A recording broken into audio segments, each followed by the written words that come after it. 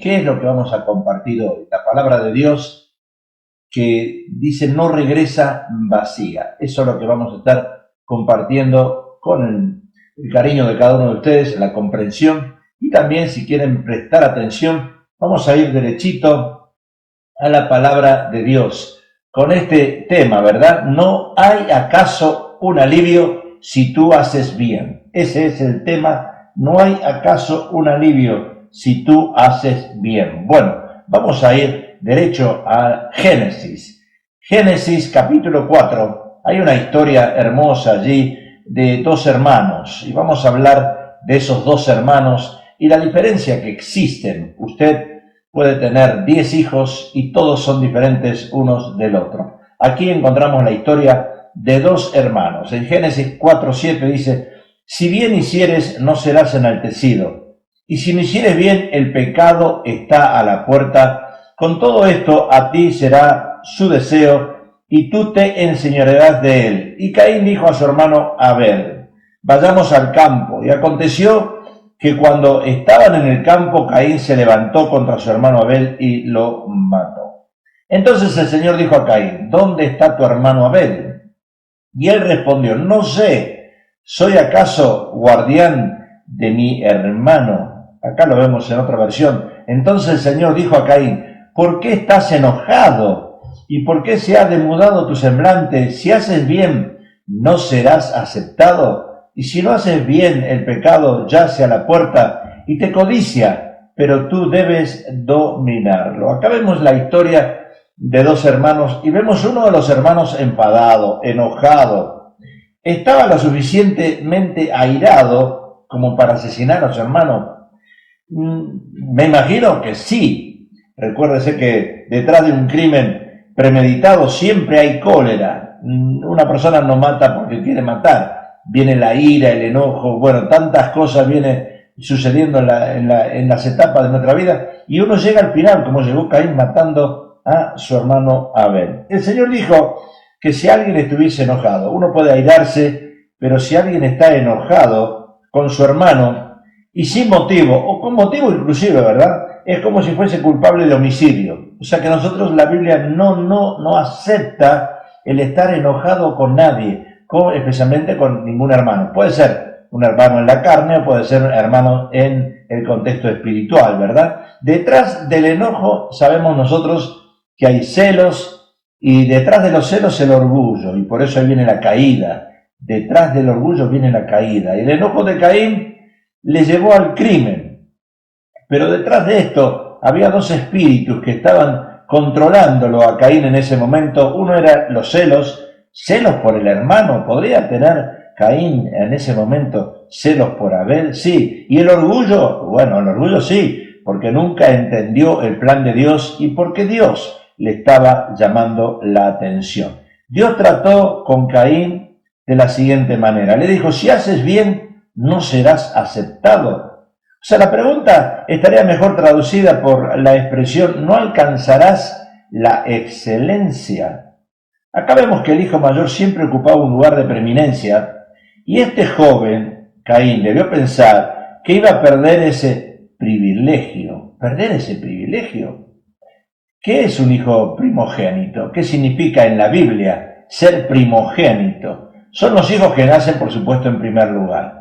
El primero, el mayor, o la mayor, diríamos en este caso. El ejemplo en la Biblia lo tenemos en Esaú y Jacob, que eran hermanos mellizos, y nacieron uno detrás del otro. Parece que nacen al mismo tiempo, pero no, uno nace primero y el otro nace después. Esaú nació primero, acá lo vemos en la palabra de Dios, eran perfectos mellizos, ¿verdad? Por lo tanto era el primogénito de Isaac y de Rebeca. ¿Cuáles eran los beneficios de la primogenitura? Existen beneficios, aunque existen responsabilidades en el hijo mayor, también existen beneficios. En primer lugar, era el sacerdote de la familia, el que tenía que controlar, cuidar a la familia entera. En segundo lugar, gobernaba las cosas de la familia y también tenía una doble herencia. Quiere decir que acá se beneficiaba el hijo mayor, ¿verdad? Con una doble herencia. Quizás Caín tuvo ese miedo porque debió pensar que iba a perder ese privilegio se enoja con Dios, se enoja con su hermano, el orgullo lo toma, pensando, no dice la Biblia eso, pero vemos por sus respuestas a Dios, sus acciones, nos damos cuenta que eso pudo haber sucedido. Dios le dijo que si actuaba correctamente, no había motivo para que perdiese la primogenitura. Y actuar bien había consistido en presentar ante Dios lo que él había aceptado de Abel. ¿Qué es lo que había aceptado Dios de Abel que no aceptó de Caín? Es decir, un sacrificio y el reconocimiento de que era pecador. Ahí estaba la clave. Es muy difícil para una persona orgullosa aceptar que erra el blanco, que comete un error. Es muy difícil que pida perdón por un error cometido, claro, porque el orgullo puede controlarlo, pero Caín continuaba dominado por esa cólera, por esa ira. Vamos a escuchar lo que Dios le dice a Caín. El pecado yace a la puerta, le dice. El pecado yace a la puerta. Génesis 4:4. Y Abel trajo también de los primogénitos de sus ovejas, de los más gordos de ellas, acá dice, de los más gordos de ellas. Y miró Jehová con agrado a Abel y a su ofrenda, pero, cuando hay un pero, detrás del pero viene algo, no miró con agrado a Caín y a la ofrenda suya. Y se ensañó Caín en gran manera y decayó, dice, su semblante. Entonces Jehová le habló y le dijo a Caín, ¿por qué te has ensañado y por qué te has puesto rojo? ¿Por qué estás triste? ¿Por qué ha decaído tu semblante? Si bien hicieres, ¿no serás enaltecido? Y si no hicieres bien, el pecado está a la puerta, con todo esto a ti será su deseo y tú te enseñorearás de él. Acá esto es muy importante, este versículo nos hace acordar mucho de Génesis, qué pasó con Adán y Eva. Bueno, algunos han interpretado como queriendo decir que una ofrenda por el pecado yacía a la puerta. Yo no creo que esa es la interpretación exacta, pero es decir que un pequeño cordero estaba dispuesto en la puerta para solucionar el problema. En aquel tiempo se llevaban animales para pagar por el pecado de cada uno de nosotros, o de ellos, mejor dicho.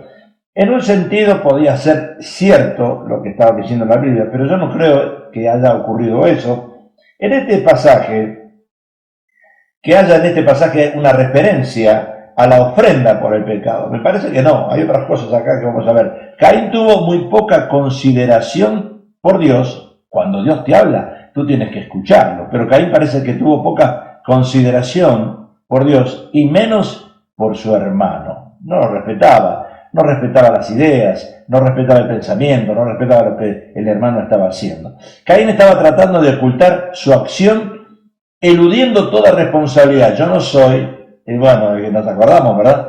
En el Antiguo Testamento, cuando Adán dijo, la mujer que tú me diste, bueno, aludiendo al pecado, yo no soy, así dijo Caín, yo no fui, yo no soy. Está eludiendo una responsabilidad. Y cuando uno elude esa responsabilidad y una acción mala, Dios viene al encuentro de cada uno de nosotros. Y Dios le dice, y Abel trajo también de los primogénitos de sus ovejas, de lo más gordo. Bueno, hay una diferencia acá. Y miró Jehová con agrado a Abel y a su ofrenda, pero no miró con agrado a Caín y a la ofrenda suya. La pregunta que yo quiero hacerte en el día de hoy es, ¿acaso Dios hace acepción de personas? No, Dios no hace acepción de razas, Dios no hace acepción de colores de piel, Dios no hace acepción de inclusive de personas que andan en diferentes religiones. No, porque Dios es amor, dice la palabra de Dios, la palabra de Dios. O sea que la expresión el pecado está a la puerta, acechando como una fiera. Viene quizás al versículo que el apóstol Pedro dice en 1 Pedro 5:8, sed sobrios y velad, porque vuestro adversario el diablo como león rugiente anda alrededor buscando a quien devorar. Es posible que en ese momento esa expresión haya surgido, ¿verdad? Acechando como una fiera, un dicho proverbial. Pero Pedro lo ilustra el diablo como un león rugiente, y el diablo no es un león, ¿verdad? Pero lo ilustra. En la parte de interpretación de la Biblia que decimos nosotros que se interpreta de 5 maneras, la ilustra, la ilustración. Ahora, ¿qué estaba esperando Dios de Caín? Dios quería que Caín entendiera o entendiese que si enmendaba su conducta, o sea, si reflexionaba, si se arrepentía y vivía de acuerdo con los preceptos divinos, ya no habría razón para que Dios mostrara su desagrado. Porque así viene Dios, ¿verdad? El Espíritu Santo viene y nos habla. Si nosotros reaccionamos en una forma positiva a la voz de Dios y cambiamos, cambiar significa arrepentirse, o sea, cambio de mente. Eso es lo que está diciendo la palabra. Cambio de manera de pensar. Y si uno se arrepiente de esa manera de pensar, Dios empieza a tratar con nosotros, porque nos alineamos en espíritu, alma y cuerpo. Y cuando uno se alinea con Dios, es el Espíritu Santo que le habla a nuestro espíritu. El rostro de Caín no tendría necesidad de manifestar ira y desengaño. ¿Por qué? Sin embargo, si Caín no cambiaba, si continuaba en la senda del mal, dice la palabra, el pecado lo iba a abrumar. Ahora, yo me hago esta pregunta y siempre me la he hecho, y se la hago a usted también, ¿verdad? Ustedes que están mirando en este momento, ¿por qué muchos llamados cristianos continúan viviendo en esa terquedad, no reconocen y aceptan lo que Dios pide? Hay muchos hoy en día. Podemos tener iglesias mega, iglesias llenas, pero la pregunta es, ¿la iglesia llena representa que hay cristianos llenos del poder de Dios? ¿Pero serán arrepentidos? ¿Son cristianos arrepentidos? Bueno, eso se lo dejo a su criterio. Muchos llamados cristianos continúan viviendo en esa terquedad. Y la Biblia los llama anticristo. Bueno, cuando vemos la palabra anticristo nos asustamos. Pero lo dice la palabra de Dios en 1 Juan 2:18. Dice, hijitos, ya es el último tiempo, y según vosotros oísteis, que el anticristo viene. Así ahora han surgido muchos anticristos. Por esto conocemos que es el último tiempo. Salieron de nosotros, pero no eran de nosotros, porque si hubiesen sido de nosotros, habían permanecido con nosotros. Pero salieron para que se manifestase que no todos son cristianos, que no todos son de nosotros. Bueno, yo le cambié la palabra ahí, ¿verdad? O sea, se denominan anticristos a toda persona que se opone a la doctrina cristiana, forzando a ejercer que otros opinen como ellos. Así yo tengo que opinar. Donde va Vicente va la gente, ¿verdad? Y yo sigo en emoción al hermano o la hermana, pero no sigo a Dios. Y tengo que pensar como piensa ese hermanito, esa hermanita. No, un momentito. Dios no puede ser burlado, dice la palabra de Dios. Notemos lo que Dios le dice a Caín. A ti será su deseo. Génesis 4:7, si bien hicieres, no serás enaltecido, y si no hicieres bien, el pecado está a la puerta. Con todo esto, a ti será su deseo, y tú te enseñorearás de él. Acá este versículo es bien importante, porque a nosotros nos hace acordar lo que pasó ahí en el Edén, por supuesto. A ti será su deseo. Esto no se puede referir a que Abel tuviera un deseo, literalmente hablando, hacia su hermano mayor. No podemos interpretar esa palabra literal. Pasó el mismo caso con Eva cuando escuchó la voz de Satanás. ¿Se acuerdan? En el Edén, Eva fue la que oyó, escuchó la voz. Satanás le habló ¿a quién? A Eva. Y Dios le dijo a Eva, y tu deseo será para tu marido y él se enseñoreará de ti. Acá vemos el mismo contexto parecido. Pero voy a explicar un poquitito, porque esto nosotros tenemos la tendencia de malinterpretarlo, esta parte. La hemos malinterpretado por muchos años, por supuesto, y se ha enseñado mal desde el púlpito esta expresión. Tu deseo será para tu marido y él se enseñoreará de ti. ¿Qué nos quiere decir este texto? El deseo de la mujer va a ser del marido. Eso quiere decir que el marido la pisotee, que el hombre pisotea a la mujer, que el hombre la maltrate, que el hombre es cabeza, como dice la palabra. Eso se ha predicado y se ha enseñado mal por muchos años. ¿Cómo es eso? ¿Cómo puede ser? A causa de que la mujer, escuche porque esto es importante, a causa de que la mujer, Eva, escuchó otra enseñanza, la de Satanás, ahora es el marido quien tiene que tener los buenos deseos por la mujer, porque Dios es un Dios de restauración, no de condenación. Claro, en ese momento Adán podía haber condenado y haberla mandado directamente al infierno, si vamos a usar la palabra literal. Pero así no trabaja la gracia de Dios. La gracia trabaja de otra manera. ¿Cómo es eso? Recuerde que la mujer en la Biblia representa a la iglesia. Nosotros somos la iglesia, nosotros, la iglesia. Y no debemos, de acuerdo a la iglesia, no debemos desear o codiciar la palabra de Dios para nosotros. Esto es muy importante. Todos los deseos tenemos que dejárselo a nuestro esposo, que es Jesús, por supuesto. Ahora, ¿cómo es el deseo del cristiano? La palabra de Dios dice algo que es importante, ¿verdad? Y lo vamos a leer. En Juan 8:44, ¿qué dice la palabra de Dios? Dice la palabra de Dios: por vosotros sois de vuestro padre el diablo, y los deseos de vuestro padre queréis hacer. Escuche, el ser humano en la carne, en su humanidad, acá lo vemos, el deseo de Satanás queremos que se cumpla. Él ha sido, ¿qué? Homicidio desde el principio, y no ha permanecido en la verdad, porque no hay verdad en él. ¿Cuánto? Ahí viene la palabra, ¿verdad? Cuando habla mentira, de suyo habla, porque es mentiroso y padre de mentira. Cuando nosotros escuchamos la voz de Satanás y nos vamos detrás de la voz de Satanás, por supuesto nos va a gustar en la carne que se cumpla mi deseo, no el deseo de Dios. O sea que el cristiano de este tiempo está matando la verdad, la palabra de Dios, y quiere que sea su verdad, no la verdad. La verdad que no regresa vacía, sino mi verdad. Dice el cristiano, se tiene que oír mi verdad, ¿verdad? ¿Cómo? Interpretando la palabra de Dios terrenalmente. Cuando dice el Señor, mis palabras son espíritu. Entonces, ¿qué hace el ser humano? El cristiano hoy en día quiere que su voluntad se oiga. Quiere que su voluntad, la voluntad humana, la voluntad pecaminosa, y no la voluntad de Dios, porque la voluntad de Dios es santa. Dios nos pide santidad y eso no nos gusta a nadie. Juan 6:63 dice, el Señor dice, los deseos de sus padres quieren hacer. Acá lo vemos. Los deseos de quien, de Satanás, el mundo quiere hacer.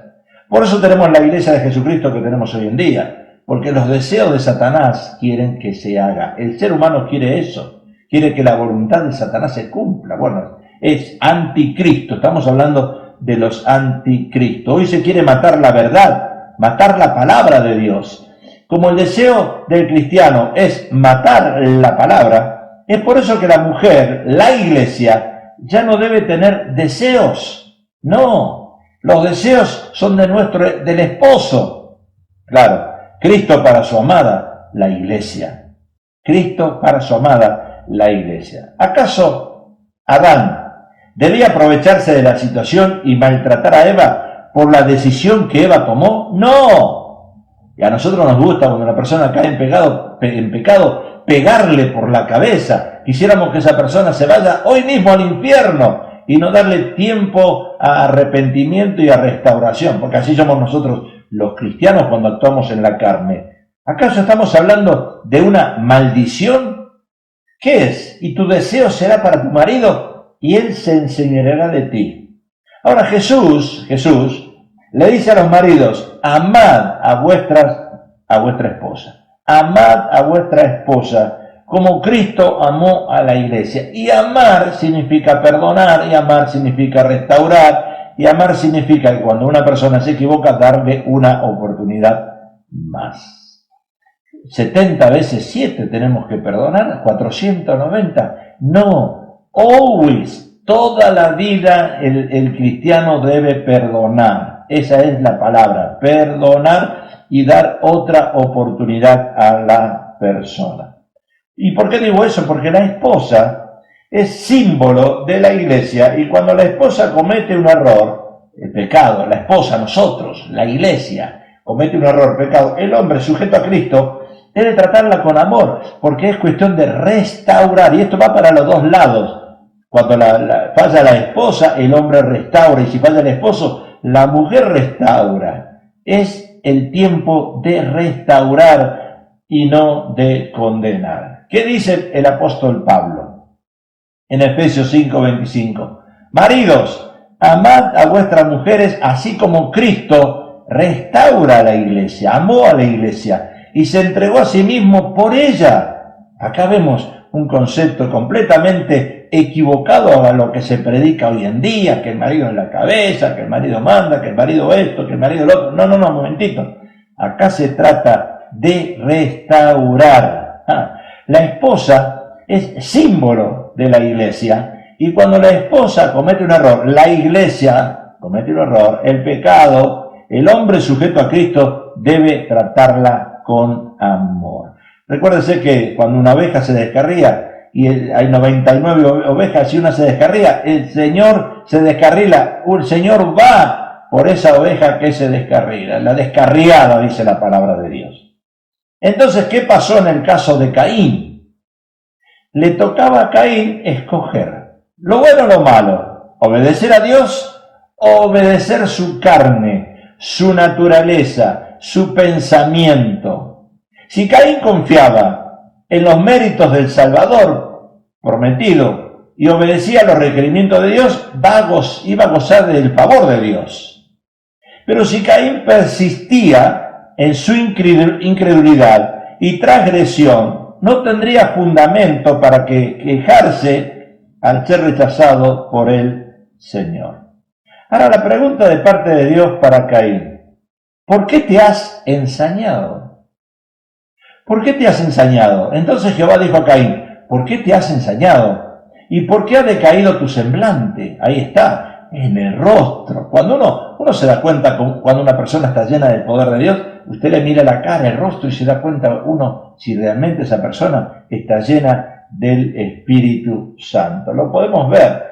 ¿Puede existir un cristiano terco? Claro que puede existir un cristiano terco. Un cristiano terco es aquel que se mantiene en su postura, en este caso acerca de la ofrenda de Dios. Porque Dios estaba diciendo: yo acepto la ofrenda de Abel, pero no acepto la de Caín. Caín no quería reconocer su postura terca, y menos arrepentirse. ¿Habrá tercos entre nosotros? ¿Habrá hombres y mujeres llamados cristianos tercos que son como la mula, que nadie los hace cambiar? Que piensan, tienen su mente bloqueada y nadie los cambia. Claro que debe haber, seguro que debe haber muchos cristianos tercos. Y Abel, dice la palabra, trajo también de los primogénitos de sus ovejas, de lo más gordo de ellas, y miró Jehová con agrado a Abel y a su ofrenda, pero no miró con agrado a Caín y a la ofrenda suya. Dios le dice a Caín: la ofrenda que Abel trajo o me trajo es de mi agrado, pero la tuya no. Uy, ¿qué está pasando con Caín? ¿Cuál es la diferencia entre Abel y Caín en la ofrenda? ¿Acaso Dios está buscando preferencia? ¿Acaso Dios, la persona que viene con $1,000 o $5,000 es mejor que la persona que viene con 100 pesos, 20 pesos, 10 pesos? No. Sabemos que la viuda en el Nuevo Testamento trajo 2 dracmas, 2 monedas, y Dios se glorificó y Dios la bendijo. No es la cantidad, sino es la calidad. Lo vamos a ver eso, ¿verdad? Dios le dice a Caín: la ofrenda que Abel trajo es de mi agrado, la tuya no. O sea, que el rechazo de la ofrenda de Caín no significó necesariamente el rechazo de Caín, porque Dios no rechaza a nadie. Dios no estaba rechazando a Caín, Dios estaba tratando de que Caín se restaurara y reconociera su error. Dios, con misericordia y paciencia, estaba listo para darle otra oportunidad, porque eso es Dios. Dios quiere darte otra oportunidad. Dios quiere darte otra oportunidad. Dios quiere darte otra oportunidad. A ti que me estás escuchando, Dios te está dando otra oportunidad. Dios manifestó su desagrado al rechazar la ofrenda, pero trató siempre de persuadir a Caín para que Caín se arrepintiera. Porque ahí está el Señor. Es insistente a veces, ¿verdad? Él está mirándonos cada paso que nosotros damos y cada decisión que nosotros tomamos, porque es lo que Él quiere, que nos arrepintamos, que un día reconozcamos nuestro error y le digamos: Señor, perdóname, me arrepiento. La pregunta: ¿por qué te has ensañado?, le dice Dios. Caín debería comprender que Dios tenía una razón válida para rechazar su ofrenda, porque Dios, si te llama la atención, es por algo. Dios no te va a hablar para condenarte, Dios te está llamando la atención, y Dios le estaba llamando la atención a Caín, y Caín mismo debía descubrir la clase de desagrado que Dios tenía para él, para entenderla y cambiar. Pero, ¿por qué te has ensañado?, le dice Dios a Caín. Ahora, uno uno se ensaña o se encapricha, voy a usar la palabra encapricha, antes dije terquedad, con Dios, cuando se deja mover por emociones de rebeldía y no acepta la voluntad de Dios. Cuando hay rebeldes, en el pueblo de Dios hay cristianos rebeldes. Bueno, pregúntele el que está sentado al lado suyo, el que está atrás suyo. Yo no sé dónde usted me está mirando, pero pregúntele, dése vuelta y mira a su alrededor. ¿Habrá alguien rebelde donde usted está viviendo? ¿Habrá alguna persona rebelde? Me imagino que sí. Y dice, y se ensañó Caín en gran manera, pero no miró, dice Dios, con agrado a Caín y a la ofrenda suya. Y Caín decayó su semblante. Ahora, ¿cuál es el resultado del enojo de Caín y de su rebeldía? Caín sintió en ese momento un fiero resentimiento contra su hermano, porque cuando uno pelea con Dios, como le pasó a Jacob peleando, ¿verdad?, con Dios, cuando uno pelea con Dios, si uno está enojado, va a estar enojado con las personas que lo rodean. Cuando uno tiene una relación horizontal mala con Dios, va a tener una relación vertical mala con sus hermanos. Y eso es lo que pasó con Caín. Caín sintió un fiero resentimiento contra su hermano. Versículo 8 dice, y dijo Caín a su hermano Abel, salgamos al campo. Y aconteció que estando ellos en el campo, Caín se levantó contra su hermano Abel, ¿y qué hizo? Y lo mató. Literalmente lo mató. O sea que Caín se disgustó contra su hermano porque él había decidido obedecer a Dios. ¿Qué pasa entre los hermanos hoy en día? Porque uno decide obedecer a Dios, me voy a enojar con el hermano que decide obedecer a Dios, en vez de cambiar mi mente y decir, yo también quiero obedecer a Dios. Caín se disgustó con su hermano porque él había decidido obedecer a Dios en vez de unírsele en rebelión contra él, ¿verdad? Bueno, ¿por qué? Estaba rebelde, claro, estaba rebelde. Ahora, dígame usted una cosa, ¿por qué existe envidia entre el cristiano que no diezma con el que diezma? ¿Por qué existe ese tipo de pelea, de envidia, de enojo? Mira, el hermano diezma y yo no diezmo. Y hay rivalidad en la iglesia, porque algunos creen en el diezmo, otros no creen en el diezmo. Uno diezma y es fiel a Dios y el otro no diezma y no es fiel a Dios. Y hay rivalidad ahí. El que no diezma quiere que los demás no diezmen. Y el que diezma mira al que no diezma como un rebelde. Claro, por supuesto. Si yo voy por el frigo, el mismo frigo es 5, el 10, el 2.10, cualquiera, y yo pago mis impuestos, tengo derecho a reclamar que el freeway lo arreglen, porque yo quiero que en el freeway, donde yo voy, la autopista donde yo voy, sea una autopista buena, que no haya pozos, que no esté desarreglada, porque yo pago. Pero en esa misma autopista va muchos que no pagan impuestos gratis, y yo me enojo. Claro, ¿cómo no me voy a enojar? Porque yo pago mis impuestos, tengo derecho a viajar por esa autopista, pero el que no paga sus impuestos, ¿por qué va a viajar gratis? ¿Verdad que es algo injusto? Bueno, lo mismo ocurre dentro de la iglesia de Jesucristo. Hay muchos que están ahí adentro y no pagan nada. No dan diezma, no dan ofrenda, no dan nada, pero ellos exigen. Ay, Dios mío. Y el pastor tiene que tener consideración con esas personas rebeldes, ¿verdad? También Caín se disgustó contra Dios porque el Señor no aceptó el sacrificio con que el hombre sustituía al que había sido ordenado divinamente. Claro, el hombre quería cambiar. En la Biblia nosotros no podemos quitar ni agregar, pero a veces queremos cambiar los versículos, a veces queremos cambiar las cosas que dice la palabra por lo que yo pienso. No es así. Dice la palabra de Dios en Romanos, el apóstol Pablo, ¿o no tiene potestad el alfarero sobre el barro para hacer de la misma masa un vaso para honra y otro para deshonra? Claro que sí, somos nosotros barro en la mano de Dios. ¿Le vamos a decir nosotros a Dios lo que nosotros queremos que Él haga? ¿O Él nos está diciendo a nosotros lo que nosotros debemos hacer? Porque si nosotros somos el barro y queremos que Dios cambie sus mandamientos y acepte los nuestros, ¿se imagina usted lo que sería la iglesia de Jesucristo hoy en día? Con cada mandamiento que usted quiere que acepte Dios, Ay, no, yo no me voy a congregar en esa iglesia, seguro que no. La muerte literal de Abel es la misma muerte espiritual que el cristiano acarrea por desobedecer a Dios. Cuando una persona desobedece a Dios, Dios no puede ser burlado. Cuando una persona desobedece a Dios, está muerto espiritualmente y tus oraciones no traspasan el techo de tu casa porque estás desobedeciendo a Dios. Tú puedes ayunar, tú puedes orar 24/7, pero Dios no contesta la oración porque hay un espíritu de rebeldía en ti, hay desobediencia y Dios no va a acatar tu oración. La paga del pecado, dice, es muerte.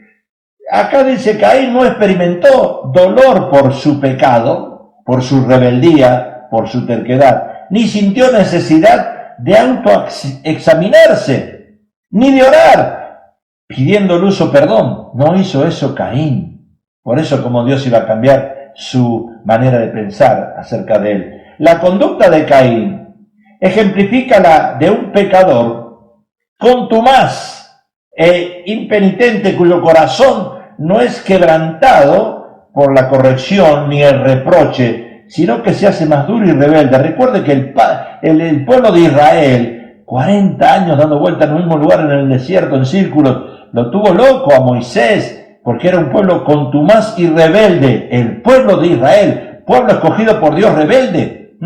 ¿Cuántos dentro de los templos, de las iglesias hay hoy? Rebeldes.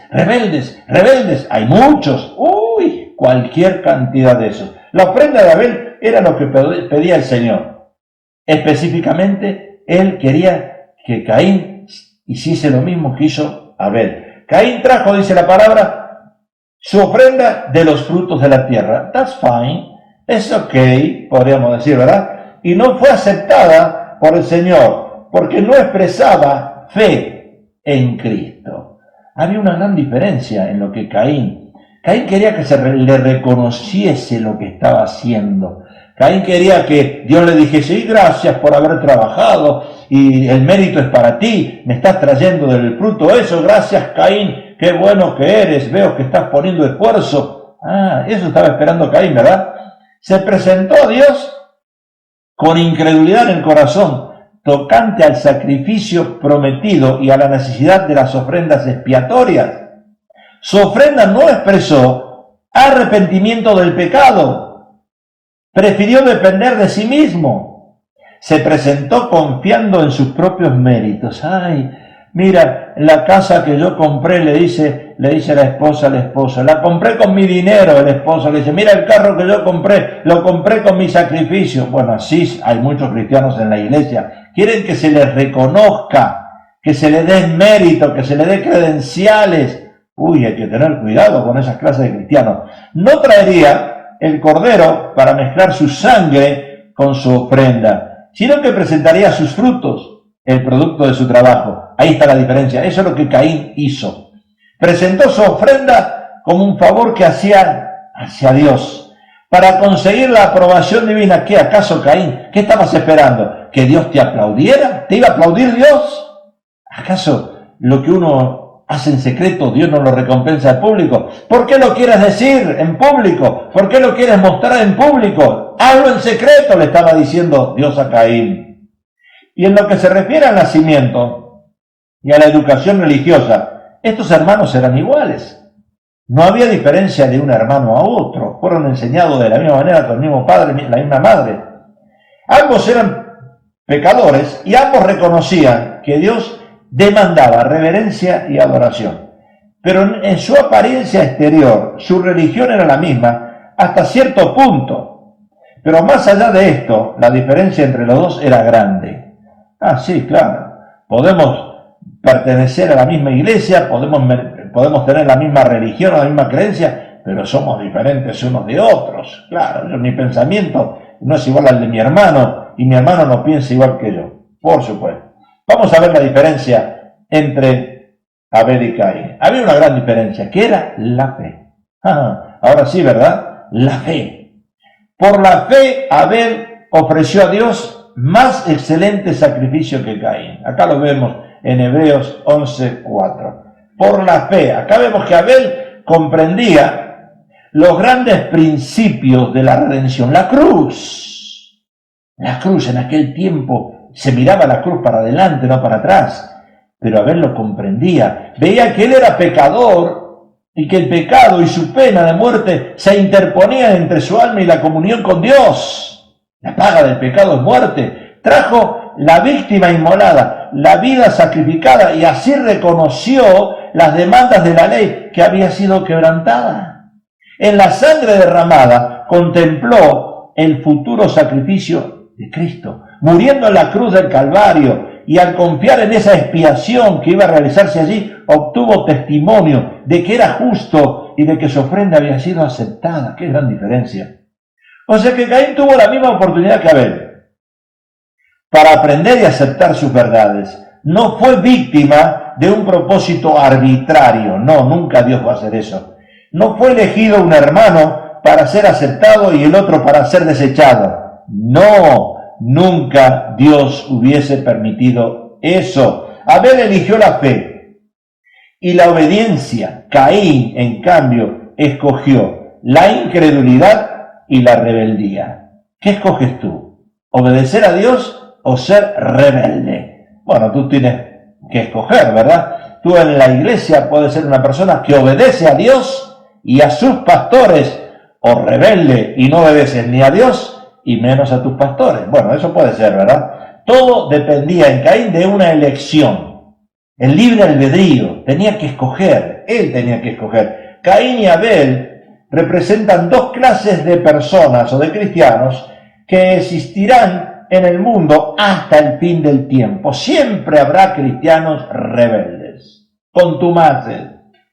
Una clase se acoge al sacrificio indicado, la otra se aventura a defender sus propios méritos. Ahí tenemos, ¿verdad? Podemos decir, uno es republicano y el otro es demócrata. Uno es blanco, el otro es negro. Uno cree en esto y el otro cree en otra cosa. Bueno, así dice, lo malo es bueno y lo bueno es malo, dicen muchos, ¿verdad? Solo por los méritos de Jesús son perdonadas nuestras transgresiones.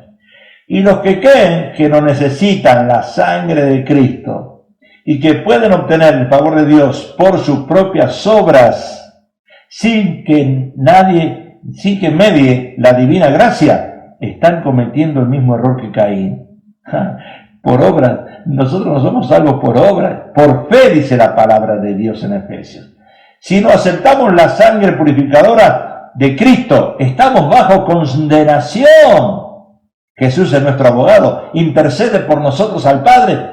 No podemos llegar a Dios si no es a través de Jesús. No es a través de una religión, no es a través de una creencia, no es a través de sectas. No, es a través de Jesús que llegamos al Padre. Y si no aceptamos esa ofrenda purificadora, estamos bajo condenación, dice la palabra de Dios. No hay otro medio por el cual podamos ser librados del dominio del pecado. Y la clase de adoradores que sigue el ejemplo de Caín, abarca la mayor parte del mundo. Hay muchos Caínes por ahí, quizás en tu casa, quizás fuera de tu casa, en tu trabajo o en tu iglesia. Averigua si hay Caín allí en tu iglesia. Pues casi todas las religiones falsas se basan en el mismo principio, a saber que el hombre puede depender de sus propios esfuerzos para salvarse, que no necesitan a Dios. Yo puedo, I can do it myself, dicen muchos, ¿verdad? Y afirman algunos que la humanidad no necesita redención. ¿Por qué? Decía una persona que yo conozco, decía, yo soy buena gente, soy buena persona, no le hago mal a nadie. Sí, pero cuando duerme, ¿verdad? Porque cuando está despierto es un diablo. Bueno, acá vemos que cuando Caín pensó lograr el favor divino mediante una ofrenda que carecía de la sangre del sacrificio, así obran los que esperan elevar a la humanidad a la altura del ideal divino, sin valerse del sacrificio expiatorio. La cruz es muy importante. La cruz y el sacrificio de Jesús en la cruz. La sangre es importante. La sangre. Sin derramamiento de sangre no hay remisión de pecado. Allí está, en la cruz, en la sangre, en el sacrificio de Jesús. Es muy importante la cruz. Tenemos que volver a la cruz. La cruz es todo. La sangre de Cristo es todo. O sea que demuestra lo que será el hombre sin Cristo. Imagínense, la humanidad no tiene poder para regenerarse a sí mismo, si no es a través de Jesús y de su preciosa sangre. Dice la Biblia en Hechos 4:12, y en ningún otro hay salvación, porque no hay otro nombre bajo el cielo dado a los hombres en que podamos ser salvos. No hay otro nombre, no, solo Jesús. La verdadera fe descansa plenamente en Cristo. Así también dice Santiago, la fe, si no tiene obras, es muerta. Claro, hay que mostrar por obras nuestra fe en sí misma. ¿No veis que la fe actuó juntamente con sus obras y que la fe se perfeccionó por las obras? 1 Juan 2:4. El que dice, yo le conozco y no guardo sus mandamientos, el tal es mentiroso. No díganle, cuidado, mira el que está ahí atrás suyo, el que está al lado. Acá lo dice, tremendo, ¿verdad? Yo le conozco y no guarda sus mandamientos, el tal es mentiroso y la verdad no está en él. El que no guarda sus mandamientos, la verdad no está en él. Por la fe, Abel ofreció a Dios más excelente sacrificio que Caín, por lo cual alcanzó testimonio de que era justo, dando Dios testimonio de sus ofrendas, y muerto aún por ellas habla. O sea que la ofrenda de Abel fue una demostración de fe. A él no le interesaba si daba 1.000, 100 o $1. Lo que le interesaba que Dios viera que su fe era dedicada a él, que la fe estaba en la cruz, que la fe de Abel era realmente posada en el sacrificio de Jesús en la cruz del Calvario. Por eso uno da la ofrenda, por eso uno diezma en la iglesia, por fe, porque piensa que ese sacrificio que Jesús tuvo 2000 años atrás y murió por los pecadores, yo tendría que haber estado allí. Y por esa fe y por ese amor a ese sacrificio es que yo diezmo, es que doy ofrenda. No la doy para mostrarle a la iglesia, no la doy para mostrarle al pastor, no la doy para mostrarle a ninguna denominación. Doy mi diezmo, mi ofrenda, mi sacrificio por amor a Jesús en la cruz del Calvario, porque Él fue y dio su vida en lugar mío. Él fue el justo por los injustos para llevarme a Dios. Por contraste, la ofrenda de Caín fue un intento de ganar la salvación por obras. En el caso de Abel, la fe en el plan de salvación y en el sacrificio expiatorio de Cristo se reveló en una obediencia sin reservas. Abel obedeció directamente a Dios, sin decirle a Dios o sin juzgarlo o sin tratarle de hacerle cambiar a Dios la mente. Él obedeció. Y eso es lo que nosotros tenemos que hacer delante de Dios. Y es el Espíritu Santo hoy que te está diciendo que tienes que obedecer a Dios en tus diezmos y en tus ofrendas. No importa la cantidad, lo que le interesa a Dios, Él conoce tu corazón. Que tú en ese momento, cuando estás diezmando, cuando estás ofrendando a Dios, lo estás haciendo reconociendo tu pecado, reconociendo que Él fue a la cruz por tu pecado y que Él te perdonó.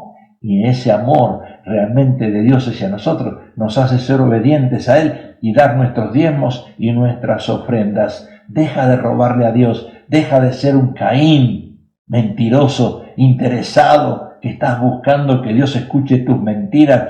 Y no, un momentito, arrepiéntete, porque este es el tiempo de que Dios te está tratando contigo.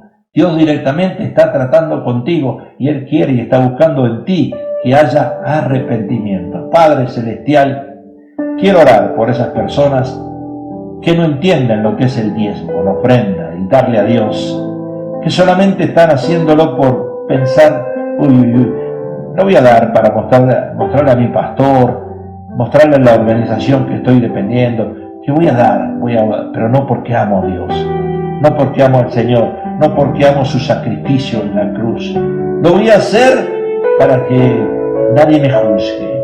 Pero no. ¿Sabes qué? Dios te está diciendo, esa ofrenda es como la de Caín, no sirve para nada. No sirve la ofrenda tuya, no sirve ese diezmo, porque estás dando esperando recompensa. Estás dando esperando que Dios reconozca lo que tú eres. No somos nada delante de Dios.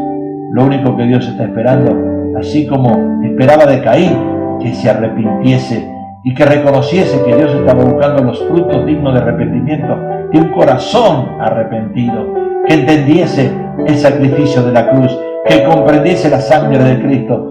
Eso es lo que Dios está buscando. No está buscando tu dinero, no está buscando tu dinero, está buscando tu corazón, está buscando tu cambio de mente. Eso es lo que Dios, el Espíritu Santo, está haciendo hoy. Padre, en el nombre de Jesús, yo pido, Señor, que tú toques esas vidas, que tú toques esas almas que en este momento son rebeldes, contumaces hacia tu palabra y que quieren que otros entiendan que no hay que dar, que no hay que diezmar, ¿qué estamos diciendo? ¿Que Dios es un Dios ladrón? No, mentira. ¿Estamos diciendo que Dios es un Dios mentiroso? No, reprendemos al diablo en el nombre de Jesús. Y Padre, esas vidas necesitan de ti. Por eso, Señor, pido que tú, a través de tu Espíritu Santo, le hables hoy a los que están mirando, que no han diezmado, que no están diezmando, que no están ofrendando, que se arrepientan. Pero no solo por el dinero, sino porque tú quieres ver el corazón de ellos. Corazón humildes y contritos y humillados, que realmente le entiendan y puedan aceptar ese sacrificio, esa sangre derramada a favor de cada uno de nosotros, y en reconocimiento y en obediencia y por amor, nosotros diezmamos, nosotros ofrendamos, no porque realmente nos obliguen, sino porque realmente amamos la cruz de Cristo. Padre, yo bendigo esas almas, bendigo esas vidas en el nombre precioso de Jesús, y decimos todos amén, amén y amén. Gloria a Dios.